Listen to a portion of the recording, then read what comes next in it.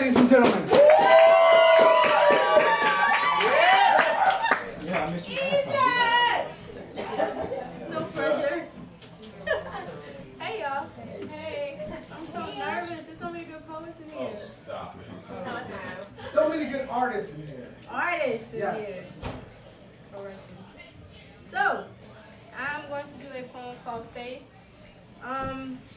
And there's two stories. The inspiration from this is one day I was watching First 48. You know how they show how the person died before they actually show how they solved their, hey Warren. Hey. But I was watching that and it showed how a girl basically got killed in an abandoned building, and that's how they tried to, put the pieces together or whatever, but this is how I got from there. And there's gonna be a part in the poem where I need a beat, and if y'all can take care of that with your feet, that'd be great. Awesome. I like you, girl. Thank you. Faith.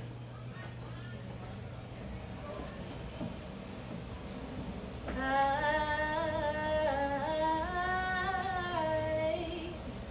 been through so much hurt and pain that I had to learn to walk in faith, and I had to learn to walk it by learn to walk it by.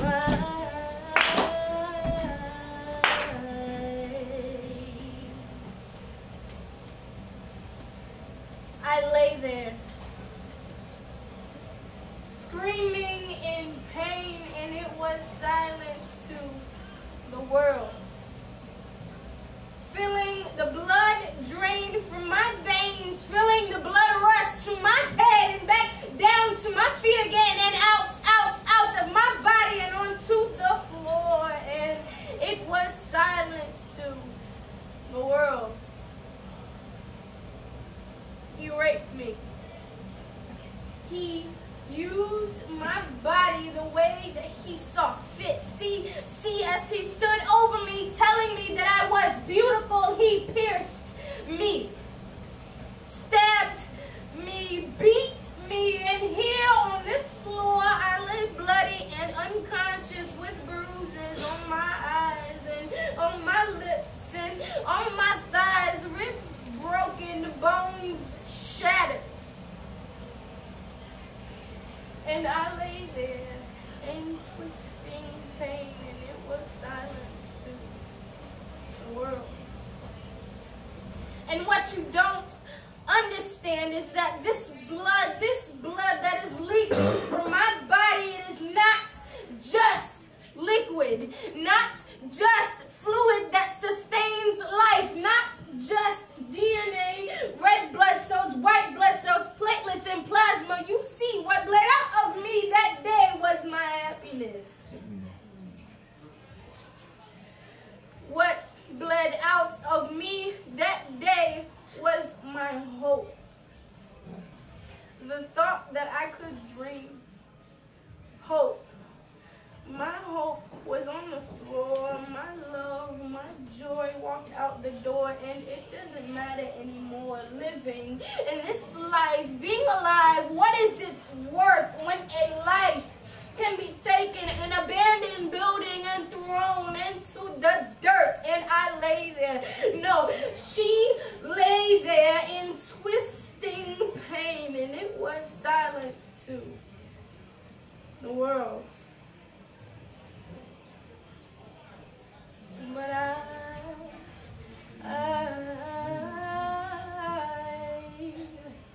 been through so much hurt and pain that I had to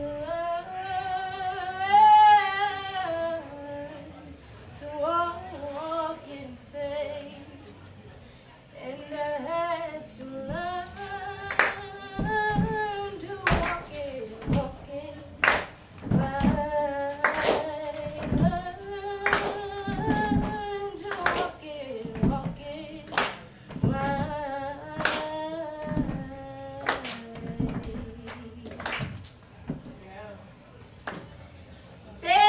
he goes again. My lover, my friend, sweet talking the honey from the honeybee that always lived across the street. You see, she would plant flowers in her front yard's garden in a bikini. She would water her lawn in tank tops, bright colors, and skirts that were meant to grab the attention of the weak. Hard for me to speak about the man I married, you see, because pre-vow he was a lion in a room with lambs, firm, affectionate, prideful, and skilled. He was a man, my man, until each little boy or little girl I painfully brought into this world began to wreak havoc on his joy. The words, "I am pregnant," to him became a death sentence. Along a bed each time he would ask me,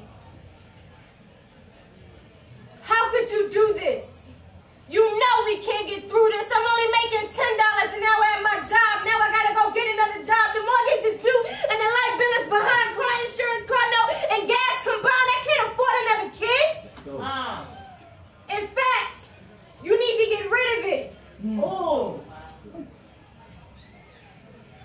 So again, it is my fault and I am the blame. I am the reason he lives hell and I am ashamed. I am the one who should be sorry. I am the one who celebrates anniversaries. I am the one leaving out my vows and loyalty. I speak in honesty while living in agony, emotional and physical suffering, while he sweet talks the honey from the honeybee, that damn honeybee, the one that plants flowers in her front yard's garden in a bikini, the one who wears bright colors, tank tops, and skirts that are many.